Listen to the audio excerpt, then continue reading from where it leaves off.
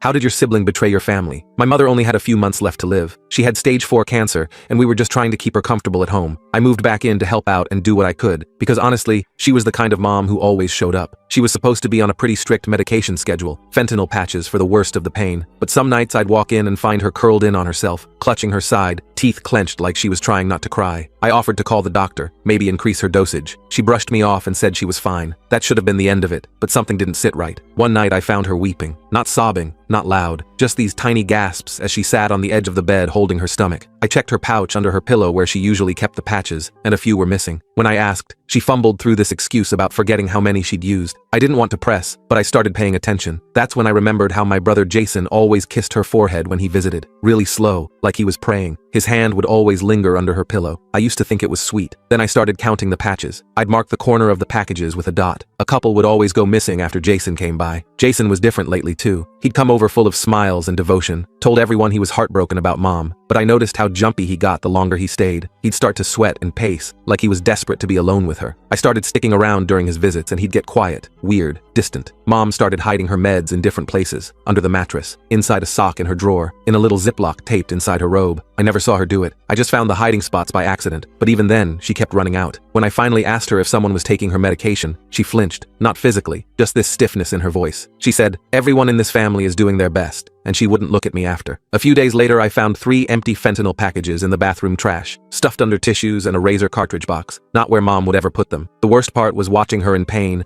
and knowing she was timing her relief around Jason's visits. She'd wait hours just to make sure he didn't have the opportunity to steal more, and even then, he'd find a way. She finally broke one night. I found her shaking and pale, and she asked if I'd sit in her room when Jason visited. She didn't explain, just asked, quiet, embarrassed. I said yes. I didn't even think. I just sat. That night, I installed a small camera in the room. It looked like a clock. She nodded when I told her. No words, just that same tired look. The footage nearly broke me. Jason bent over to kiss her like always. Then his hand slid under the pillow, and he pocketed the patch in one clean motion. She didn't move. She just lay there, eyes closed, pretending. I confronted him alone. He didn't deny it. He even seemed proud of it. Said he could get his fix for free. He even blamed us. Said no one noticed because we were all too focused on Mom. She's dead anyway. Why does she matter more? I stood there feeling sick. It's at that moment that Mom called for us. She'd heard. She told us both she knew all along, that she had tried asking her doctor for more, but there were limits. She said she didn't want her last days to be filled with fighting. Her voice was weak, but firm. I called Jason outside the next day. He looked ready for a fight. I handed him an envelope. Inside was some money and the address of a rehab facility. I looked him straight in the eyes and said, "You have 2 choices. Get help now, or don't come back until after she's gone." And Jason